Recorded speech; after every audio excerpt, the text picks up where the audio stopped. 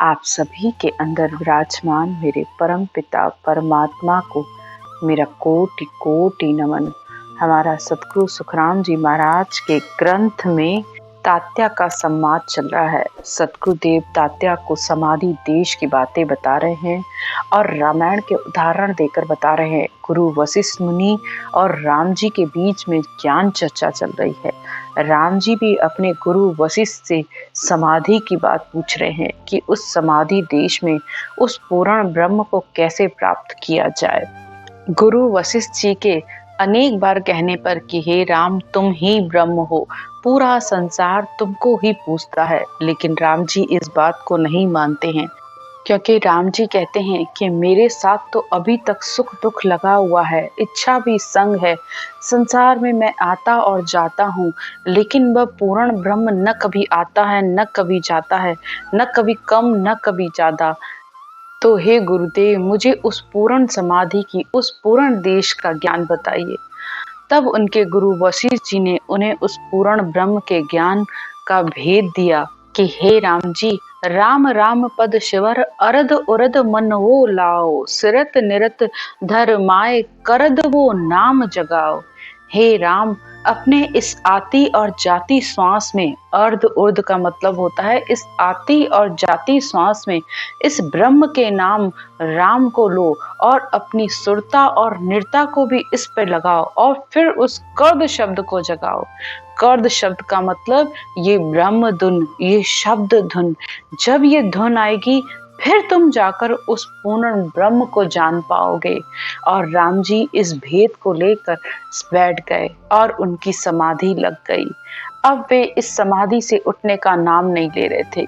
तो देवताओं को डर लगा, क्योंकि संसार में वे जिस कार्य के लिए आए थे, राक्षसों से मारकर देवताओं की रक्षा के लिए आए थे, तो सब देवताओं को चिंता हुई। तो उन्होंने वशिष्ठ मुनि से कहा कि ये क्या किया आपने, आपने राम जी को पूर्ण ब्रह्म का ज्ञान दे दिया, अब तो वे उस समाधि से अपनी आंखें ही नहीं खोल रहे हैं, अब हम क्या करें।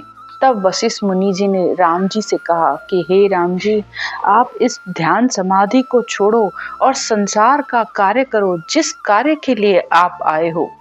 लेकिन राम जी ने उनकी बात नहीं मानी। राम जी उनसे कहते हैं, पार ब्रह्म का चरण तज, असुर न मार्या जाए, असुर न मार्या जाए, अरज मानो गुरुदेवा।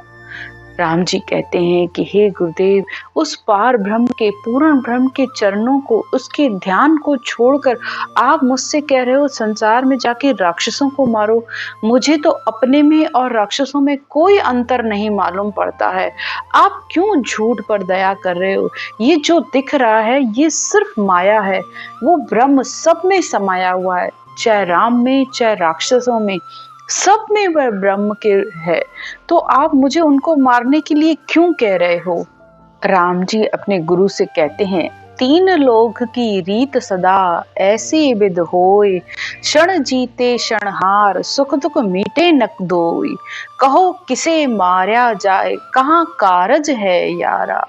हे गुरुदेव, ये तो तीन लोकों की रीत है, क्षण में किसी की जीत होती है, क्षण में किसी की हार होती है।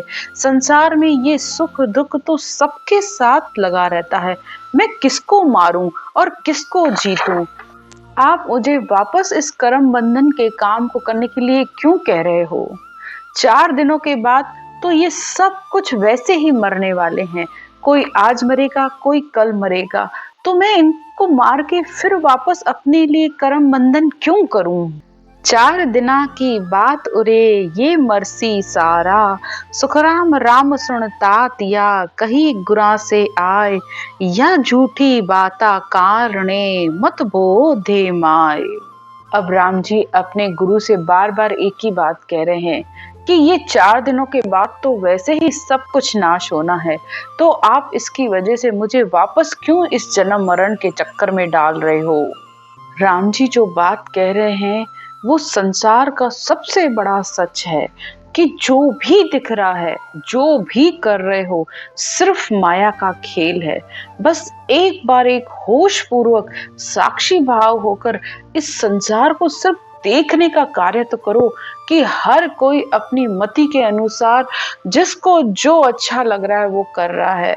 न आपके विचार किसी से मेल खाते हैं, न आपकी बातें किसी से मेल खाती हैं, और अगर मेल खाती हैं तो वो आपके लिए अच्छा हो जाता है और सुख हो जाता है, और आपका अगर किसी से विचार न मिला तो वो आपके लिए सबसे बड़े दुख का कारण बन जाता है। तो हर समय सुख दुख तो हर किसी के साथ लगा हुआ है। लेकिन वशिष्ठ जी राम जी की बात नहीं मानते हैं। वशिष्ठ मुनि हट चट पड़े, रावण मार्यो जाए, पीछे हम नहीं छेड़ सा, दीजो ध्यान लगाए, दीजो ध्यान लगाए, कार्य नहीं बिगड़े तेरा। वशिष्ठ मुनि जी राम जी से कहते हैं कि हे राम जी, एक बार जाकर तुम रावण को मारो, देवताओं का कार्य करो, फिर उसके बाद तुम्हें कोई नहीं छेड़ेगा। तुम भले बैठकर इस ब्रह्म का ध्यान करना। आगे कहते हैं, ओ परमारथ साज भाव और है सुख मेरा, सुखराम राम ने तातिया, यू समझायो जाए, वशिष्ठ मुनि हट पड़े, रावण मार्यो जाए। अब वशिष्ठ मुनि जी राम जी से कहते हैं कि हे राम जी, ये दया का, ये परमार्थ का काम है कि तुम सबके परमार्थ के लिए आए हो तो वो कार्य करो। इस तरह वशिष्ठ मुनि जी राम जी को समझा रहे हैं। राम कहे गुरुदेव को, किसको मारूं जाए, 14 तीनों लोक में एक पुरुष रहो छाए। राम जी कहते हैं कि हे गुरुदेव, मैं किसको जाके मारूं, इस 14 लोक तीनों भवनों में यानी हर जगह तो वो सिर्फ एक पूर्ण परमात्मा है, वो ब्रह्म है। मैं किसको जाके मारूं, कोई भी ऐसी दिशा नहीं है जो उस पूर्ण ब्रह्म से खाली हो, मैं किसको मारूं। हाथा कहो शरीर कौन वित काट्यो जाई। ये तो इसी तरीके से हो गया कि अपने ही हाथ से अपने शरीर को काटना हो गया। जिस तरह मेरे अंदर वो ब्रह्म है, ऐसे ही इस पूरी सकल सृष्टि के अंदर वह ब्रह्म छाया हुआ है। तो ब्रह्म ही ब्रह्म को क्यों मारेगा। हर आत्मा, इस सृष्टि की हर आत्मा भले 5 तत्वों में है, लेकिन आत्मा तो ब्रह्म है। तो ब्रह्म ही ब्रह्म को कैसे मार सकता है। जब पूर्ण ब्रह्म का आभास होता है तो सारी सृष्टि की आत्माएं ब्रह्म रूप नजर आती हैं। ये बात राम जी बार बार अपने गुरु से कह रहे हैं कि मैं किसको मारूं। वशिष्ठ मुनि तब बोलिया, 3 लोक सच एक, पण शुभ अशुभ व्यवहार है, सो घट भीतर देख, सो घट भीतर देख, खेर मारग सब लाओ।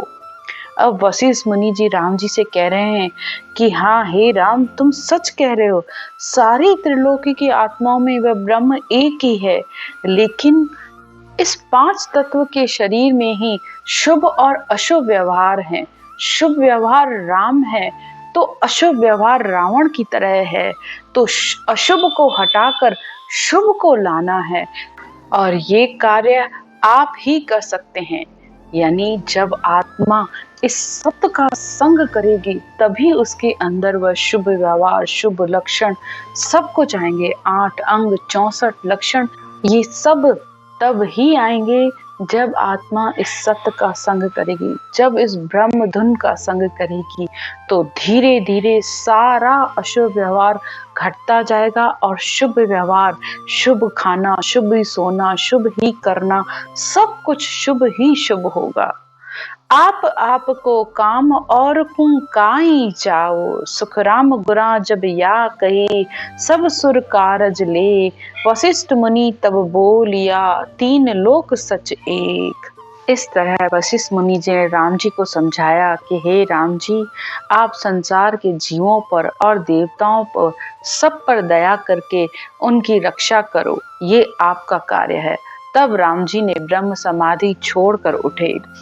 यूं परचायर राम सो, रावण मार्यो जोय, पार ब्रह्म को छोड़ कर लियो काल अगरोय। इस तरह राम जी को समझाकर रावण को मरवाया। लियो काल अगरोय, राम पर बस हुआ भाई, माया बड़ी बलाय, डाव दे पकड़े आई, सुखराम कहे सुनतात या, संत समाधि होय, यूं परचायर राम को, रावण मार्यो जोय। इस तरह राम जी भी इस इच्छा शक्ति के बस हो गए और इस माया के वश में हो गए। माया बड़ी बलवान है, किस तरह आकर पकड़ती है किसी को नहीं समझ में आता है। रामचंद्र जी को भी पार ब्रह्म का ध्यान छोड़कर इस रावण रूपी काल को मारना पड़ा, यानी माया के बस हो गए। आगे सतगुरुदेव कहते हैं, सुखराम कहे सुनता तिया संत समाधि होय, यूं परचाय राम सु रावण मार्यो जोय। इस प्रकार पार ब्रह्म का ध्यान करते हुए भी इक्खड़ समाधि तक पहुंच कर भी इच्छा शक्ति समाप्त नहीं होती है। मनुष्य की इच्छाएं, कामनाएं, वासनाएं इतनी आसानी से उसका पीछा नहीं छोड़ती है। जब तक उसके अंदर ये भाव रहता है कि सुख चावे दुख पर हरे, तबलक भरम ज्ञान, कहीं सुख बना रहे और दुख चला जाए, जब तक उसके अंदर ये इच्छा बनी रहती है तब तक उसके अंदर अभी भरम है, यानी इच्छा शक्ति संग होने की वजह से इक्खड़ समाधि लगने के बाद भी उसे वापस इस संसार में माया घेर लेती है और आत्मा का यहाँ पर पहुंचकर भी जन्म मरण खत्म नहीं होता है। इस तरह सतगुरुदेव ने तात्या को हर तरीके से उस ब्रह्म समाधि की बातें बताई और उस पूर्ण ब्रह्म के पहुंचने का रास्ता भी बताया और सारा ज्ञान देकर उन्होंने रामायण का भी उनको उदाहरण देकर समझाया कि वह पूर्ण ब्रह्म तक पहुंचने के लिए सबसे पहले तो इस इच्छा शक्ति का खत्म होना जरूरी है, और वो तब खत्म होती है जब सुख सुख न लगे और दुख दुख न लगे, समभाव आ जाए अंदर से। तब इस आत्मा तीनों लोकों से, तीनों गुणों से सबसे मुक्त होकर परमात्मा में मिलती है। इति श्री तात्या का संवाद संपूर्ण। राम राम।